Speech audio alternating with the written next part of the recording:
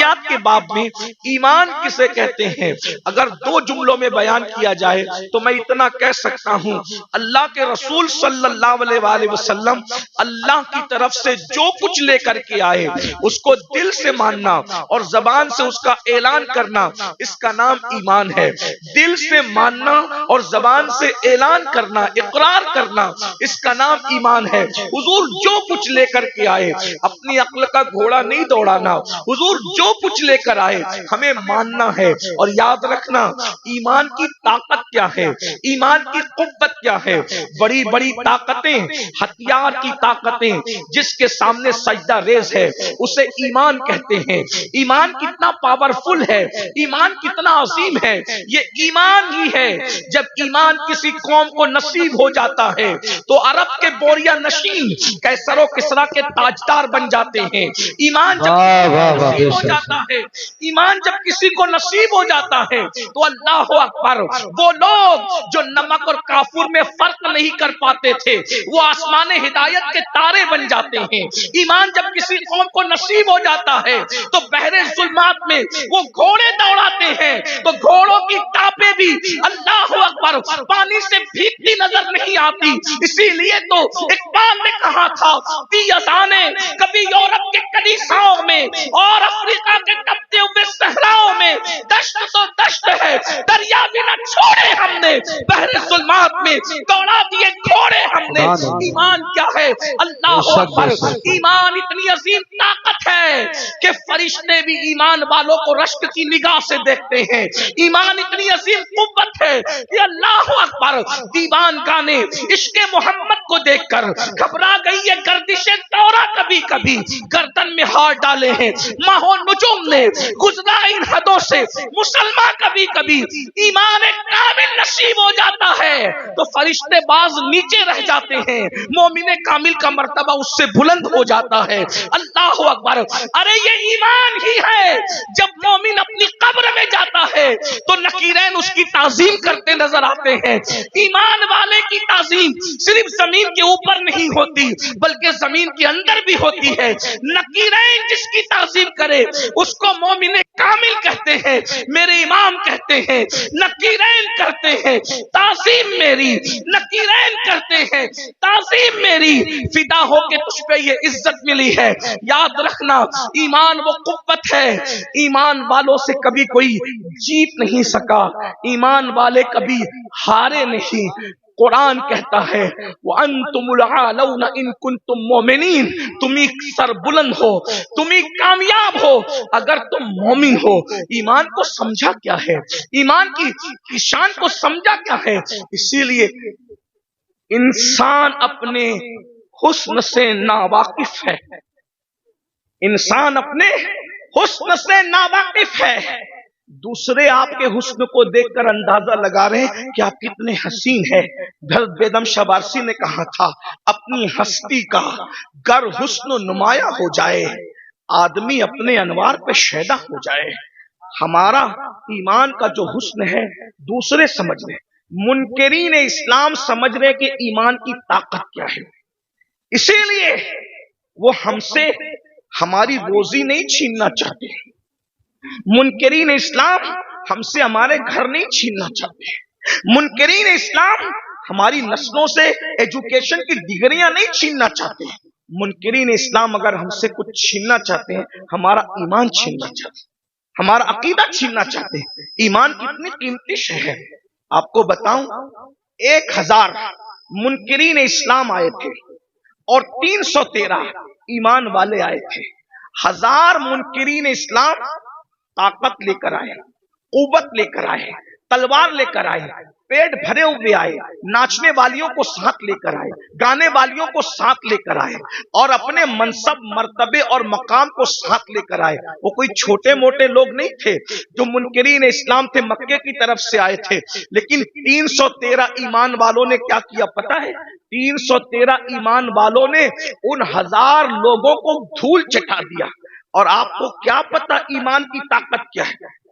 جس وقت اللہ نے حضرت انسان کو بنایا تو اس وقت حضرات فرشتوں نے کہا کہ یہ زمین پہ جا کے خون ریزی کریں گے۔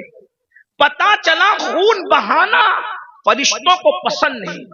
ان کی عادت کیا ہے؟ صرف تسبیح اور تحلیل کرنا، صرف تسبیح کرنا، تحلیل کرنا. ان کو مارنا پیٹنا پسند نہیں ہے.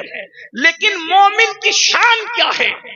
جب مومن بدر میں آتا ہے تو فرشتوں کو حکم ہوتا ہے کہ مقام تسبیح اور مصلی چھوڑو، اور جس جنگ سے تمہیں نفرت تھی مومنوں کی اتباع میں جا کر تم بھی جنگ کرنا شروع کرو. مومن کی شان. ملائکہ آتے ہیں 5000 ملائکہ بدر میں نازل ہوتے ہیں قطار در قطار نہ. اور صرف ملائکہ نہیں آتے بلکہ سارے فرشتوں کا جو سردار ہے وہ بھی رسول اللہ کا سپاہی بن کر کے زمین پر آتا ہے. مومن کو آپ نے سمجھا کیا ہے؟ مومن کی شان کیا ہے؟ اسی لیے ایمان چھیننے کی کوشش کی جاتی ہے. اور ہمیں مومنوں کو ایمان کی اہمیت نہیں. ہم اپنے بچے کو تاجر تو بنانا چاہتے ہیں، ہم اپنے بچے کو ڈاکٹر تو بنانا چاہتے ہیں، ہم اپنے بچے کو انجینئر تو بنانا چاہتے ہیں. خطیب بنایا، ادیب بنایا، ڈاکٹر بنایا، انجینئر بنایا، ٹیچر بنایا، سب بنایا. کیا اپنے بچوں کو مومن بھی بنایا؟ ڈاکٹر بنانے کا انکار نہیں ہے، ڈاکٹر بناؤ بھائیو. یہ ڈاکٹر بننے کا شوق لوگوں میں ابھی ہے. اللہ حضرت مفتی اسماعیل صاحب کو شفا دے، صحت دے، تندرستی عطا فرمائے. اس حالت میں بھی وہ تشریف لائے ہیں. یہ ہمارے بزرگوں کا خلوص ہے، اخلاص ہے. درود شریف ایک بار پڑھیں، میں گفتگو آگے بڑھاتا ہوں. رب صلی وسلم دائما ابدا علی حبیبک خیر الخلق کلہم صلاۃ و سلام علیک یا جد الحسن والحسین وعلی آلک واصحابک یا جد الغوث الثقلین. تو ڈاکٹر بنا رہے ہیں، ٹیچر بنا رہے ہیں، سب بنا رہے ہیں. انکار نہیں. بنائیے. دنیا میں ڈاکٹر بننے کا شوق ابھی پیدا ہوا. مسلمان اس وقت سائنسی علوم کا انکشاف کر رہے تھے جب لوگ سائنس سے ناواقف تھے. اس کا ثبوت اگر دیکھنا ہے تو آپ قرآن کی ان آیات کو پڑھ کر کے دیکھیں جو سائنسی علوم کا انکشاف کرتی نظر آتی. اسی لیے آج جتنے سائنسداں ہیں کوئی یہ نہیں کہتا کہ ہم سرچ کر رہے ہیں. پڑھے لکھے لوگوں کی توجہ چاہتا ہوں. آج کوئی سائنسداں یہ نہیں کہتا کہ ہم سرچ کر رہے ہیں. ہر سائنسداں کیا کہتا ہے؟ ہم ریسرچ کر رہے ہیں. تو ریسرچ کا مطلب کیا ہے؟ پہلے جو سرچ ہو چکا ریسرچ اسی کا تو ہوتا ہے. اس کا مطلب سائنس آج بھی یہ ماننے کو تیار ہے کہ پہلے کسی نے سرچ کیا تھا اسی کی ریسرچ ہم کر رہے ہیں. توجہ فرمائیں. تو یہ سرچ کس نے کیا؟ یہ سرچ کس نے کیا؟ آپ قرآن اٹھا کر دیکھیں تو پتا چلے گا ماں کے پیٹ میں بچہ کب کس وقت کس شکل کا ہوتا ہے. ہر مذہب خاموش ہے. اگر کوئی جواب دے رہا ہے وہ اسلام ہے اور صرف اسلام ہے. سبحان اللہ. سبحان. آپ دیکھیں نا یہ جو سرچ پیش ہے. آج لوگ ریسرچ کر رہے ہیں. سرچ تو ہم نے کیا ہے، تلاش تو ہم نے کیا ہے. اللہ اکبر. اسی طریقے سے فرعون کی ممی کے بارے میں اس کی لاش جو میوزیم میں پڑی ہوئی ہے اس کے بارے میں جب پی ایم کیا گیا تو ڈاکٹر اور سائنسداں اس نتیجے پہ پہنچے کہ یہ سمندر میں ڈوب کر کے مرا ہے. یہ رپورٹ تھی اس کے پی ایم کی. لیکن سوچا کہ آخر یہ ڈوب کے مرا، سمندر میں ڈوبنے والا باہر کیسے نکل سکتا ہے؟ سارے مذاہب کی کتاب خاموش تھی. اسلام نے کہا، قرآن نے کہا کہ ہم نے تیری لاش کو اس لیے بچایا تاکہ ہم تجھے لوگوں کے لیے عبرت بنا دیں. دیکھو قرآن بولتا نظر آیا. میرے بھائیوں ایمان کی اسلام کی عظمت کو سمجھو.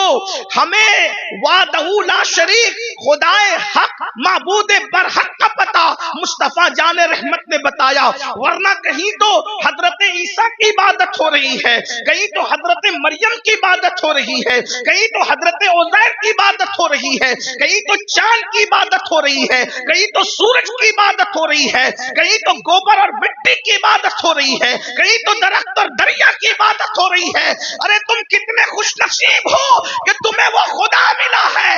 وہ اور لوگ ہیں دنیا کے اندر جو خدا کو بنا کر پوجتے ہیں. لوگوں کا خدا وہ ہے جو لوگ بناتے ہیں. مسلمانوں کا خدا وہ ہے جس نے کن کہہ کر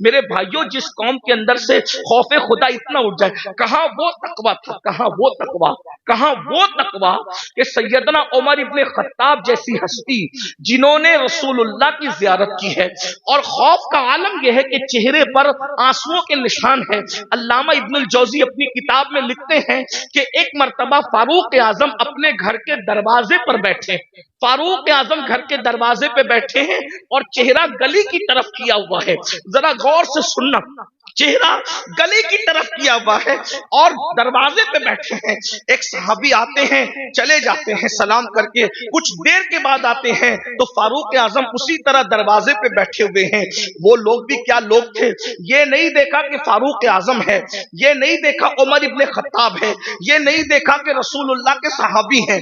جب دیکھا کہ دروازے کی طرف رک کر کے بیٹھے ہیں، وہاں کسی کی رعایت نہیں تھی، کیونکہ وہ لوگ سب سے پہلے شریعت کے مرید تھے، بعد میں کسی کے مرید تھے۔ وہ لوگ سب سے پہلے شریعت کے معتقد تھے، بعد میں کسی اور کے معتقد تھے۔ فاروق اعظم کو دروازے پہ بیٹھا دیکھ کر ایک عام صحابی ٹوکتے ہیں، عمر اب تم بھی دروازے پہ بیٹھو گے رستے کی طرف منہ کر کے؟ آپ دروازے پر کیوں بیٹھے رستے کی طرف منہ کر کے؟ ہم تو کسی کو روک بھی نہیں سکتے، ٹوک بھی نہیں سکتے، اس لیے کہ ہمیں معاذ اللہ ثم معاذ اللہ، اللہ کی رضا سے زیادہ کسی اور کی رضا پیاری ہو گئی ہے کہ اس قوم کی تباہی سے اس قوم کو کوئی نہیں بچا سکتا، جو خالق کو تو ناراض کر سکتی ہے مگر مخلوق کو ناراض نہیں کر سکتی۔ میرے بھائی، ہاں اگر کسی غریب کے ہاتھ میں سونے کی انگوٹھی ہم دیکھتے ہیں، اس کو اتروا لیتے ہیں، کیا کسی کونسلر کے ہاتھ سے بھی ہم انگوٹھی اتروانے کی ہمت رکھتے ہیں؟ کیا کسی مالدار کے ہاتھ سے بھی ہم کڑا اتروانے کی ہمت رکھتے ہیں؟ سارا قانون تو ہم نے منہ دیکھ کر کے بنایا ہے۔ بہت معذرت کے ساتھ، اسلام صرف اسلام ہے، اسلام صرف اسلام ہے، اسلام حقیقت ہے۔ غریب امیر چھوٹا بڑا سب کے لیے شریعت کا قانون ایک ہے۔ اللہ اکبر، ذرا غور تو کیجئے، فاروق اعظم جیسی ہستی کو ٹوکنے والا ٹوکتا ہے، آپ دروازے پہ بیٹھیں گے روڈ کی طرف رستے کی طرف منہ کر کے؟ فاروق اعظم نے کہا اللہ تیرا بھلا کرے۔ ناراض نہیں ہوئے فاروق اعظم، یہاں ٹوکنے پہ لوگ ناراض ہوتے ہیں، فاروق اعظم ناراض نہیں ہوئے۔ اے اللہ تیرا بھلا کرے، تو نے مجھے ٹوکا لیکن پوچھ تو صحیح کہ میں دروازے پہ کیوں بیٹھا ہوں، دروازے پہ بیٹھنے کی وجہ کیا ہے؟ کہا کیا وجہ ہے؟ کہا آج میری بیٹی ام المومنین حفصہ مجھ سے ملنے آئی۔ پہلے تو میں اہل علم کی توجہ چاہتا ہوں، جو بیٹی ہوگی وہ کبھی ماں نہیں ہو سکتی، اور جو ماں ہوگی وہ کبھی بیٹی نہیں ہو سکتی، لیکن رسول اللہ کے نکاح میں جانے کی وجہ سے حفصہ کی شان یہ ہو گئی تھی کہ وہ فاروق اعظم کی بیٹی بھی تھی کہ ان سے پیدا ہوئی تھی، لیکن فاروق اعظم کی ماں بھی تھی کیونکہ رسول اللہ کے نکاح میں تھی۔ بے شک بے جہاں شک ماں اور بیٹی کے دونوں رشتے ایک ساتھ جڑے ہیں، لیکن فاروق اعظم کا تقویٰ دیکھو۔